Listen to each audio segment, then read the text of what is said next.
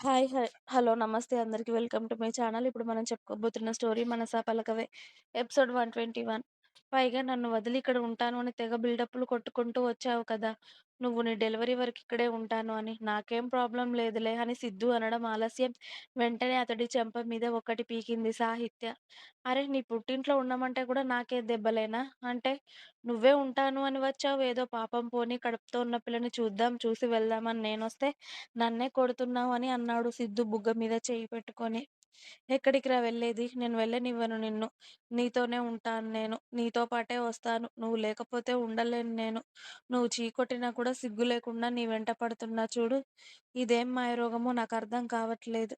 నువ్వు నా కోసం కాదు, నీ బేబీ కోసమే వచ్చావని తెలిసి కూడా ఇంతలా వెంట పడుతున్నాను. అయినా ఏం మందు పెట్టావురా నాకు నువ్వు?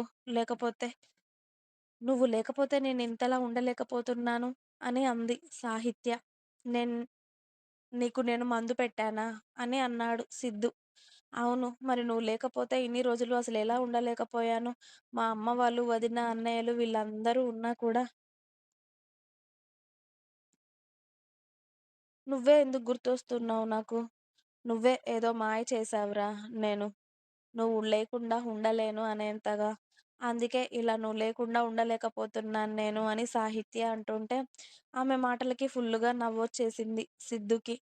నిజంగా అతడి మీద ఎంత ప్రేమను పెంచేసుకుందో అర్థమవుతూ ఉంటే, సిద్ధుకి రోజు రోజుకి ఆమంటే ప్రేమ పెరుగుతూనే ఉంది. ఏదో బిల్డప్పులు కొట్టొచ్చింది గానీ డెలివరీ వరకు నీ మొహం కూడా చూడను. మా అమ్మ వాళ్ళ ఇంటి దగ్గరే ఉంటాను అని. కానీ వారం రోజులకే అసలు ఆమె ఇప్పటికే బక్కగా ఉంటుంది అంటే, మళ్ళీ అందులోకి సగం అయ్యింది. అతడు లేకపోతే ఆమె ఉండలేదు అనే నిజాన్ని మళ్ళీ మళ్ళీ అతడు తెలుసుకుంటూ ఉంటే, ప్రతిసారి ఆమె ప్రేమకి పడిపోతూనే ఉంటాడు సిద్ధు. ఆమె అలా మాట్లాడడం ఆలస్యం. వెంటనే సాహిత్యని హగ్ చేసుకొని లవ్ యూ సాహి అన్నాడు. ఏం అవసరం లేదు నీ లవ్వు. నేను లవ్వు లవ్వు అని వెంటపడినప్పుడు నన్ను వదిలేయి నువ్వేమీ వద్దు నాకు అని చెప్పావు కదా! ఇప్పుడు నువ్వు లవ్ యూ చెప్తే నేను వెంటనే లవ్ యూ టూ చెప్పాలా? తిరిగి ఏం అవసరం లేదు నాకు అని బుంగమూతి పెట్టుకుంది సాహిత్య. నీ ఎంకమ్మ నువ్వు ఉండలేవని తెలిసే నిన్ను తీసుకెళ్దామని వచ్చాను గానీ, మీ అమ్మ వాళ్ళని మాత్రం నేనడగను. ఏం చెప్పుకుంటావో చెప్పుకో నువ్వే వాళ్ళకి. మీ వాళ్ళకి నువ్విలా ఉంటే ఇక నా బేబీ కూడా సరిగ్గా ఉండదు. నువ్విలా ఏడుస్తూ నా బేబీని కూడా ఏడిపిస్తున్నావా రోజు అని అడిగాడు సిద్ధు.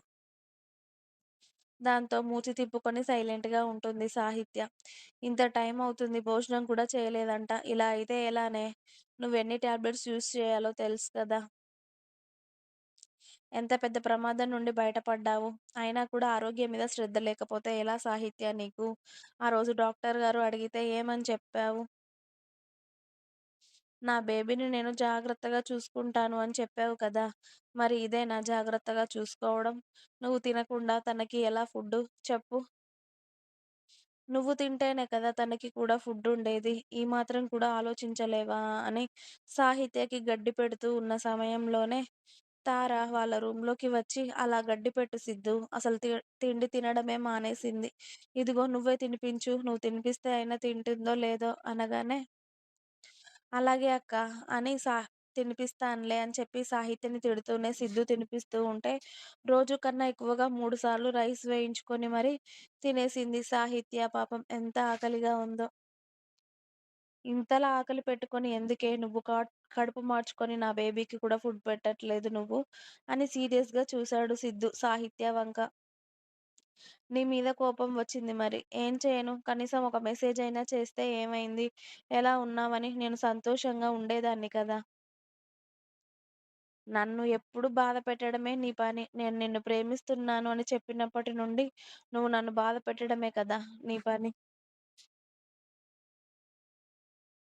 అరె పెళ్ళాం పుట్టింటికి వెళ్ళిపోయింది. దాన్ని కాస్త బుజ్జగిద్దాం, దాన్ని బతిమాలుదాం అని ఏమైనా ఉందా నీకు? ఉండదు. ఇప్పుడు కూడా నన్ను తిట్టడానికే వచ్చినట్టుగా ఉన్నావు.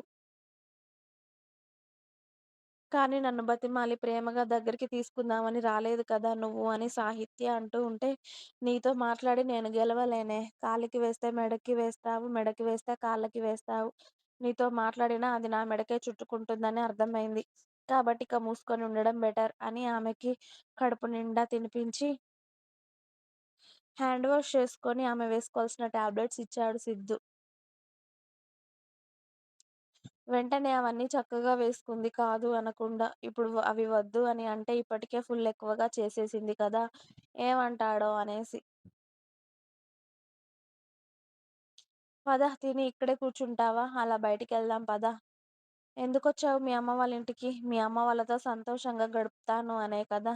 ఇలా రూమ్‌లో ఉండేదానికి ఎందుకిక్కడికి రావడం? అని సాహిత్యని మెల్లిగా బయటికి తీసుకొచ్చేసరికి, బావ వంట రెడీ అయింది. చెల్లి తినేసింది కదా! మనం భోజనం చేద్దాం రండి అని అశోక్ పిలిచాడు సిద్ధుని. ఏంటే మీ అన్నలిద్దరూ బావ, బావ అని వదలడం లేదు నన్ను. ఇంతకుమందు నన్ను చూస్తేనే మండిపడేవాళ్ళు కదా! అని అన్నాడు సిద్ధు సాహిత్య చెవిలో. ఎంతైనా చెల్లి మెడలో తాళి కట్టి వాళ్ళకి బావవయిపోయావు కదా! ఏదో వాళ్ళు రెస్పెక్ట్ ఇస్తున్నారు. రెస్పెక్ట్ ఇచ్చినప్పుడు తీసుకోవచ్చు కదా! నీకు రెస్పెక్ట్ ఇచ్చినా కూడా నొప్పేనా? అని అడిగింది సాహిత్య. అంటే ఇంతకుముందు మా చెల్లిని చూస్తే చంపేస్తా, నరికేస్తాం, ఏదైనా చేసేస్తాం అన్న వాళ్ళు, ఇప్పుడు బావ అని రాసుకుంటూ, పూసుకుంటూ తిరిగితే నాకు మండదా మరి? అప్పుడొకలా ఉండి, ఇప్పుడు ఒకేలా ఉండేసరికి కాస్త కాలుతుంది నాకు. అంటే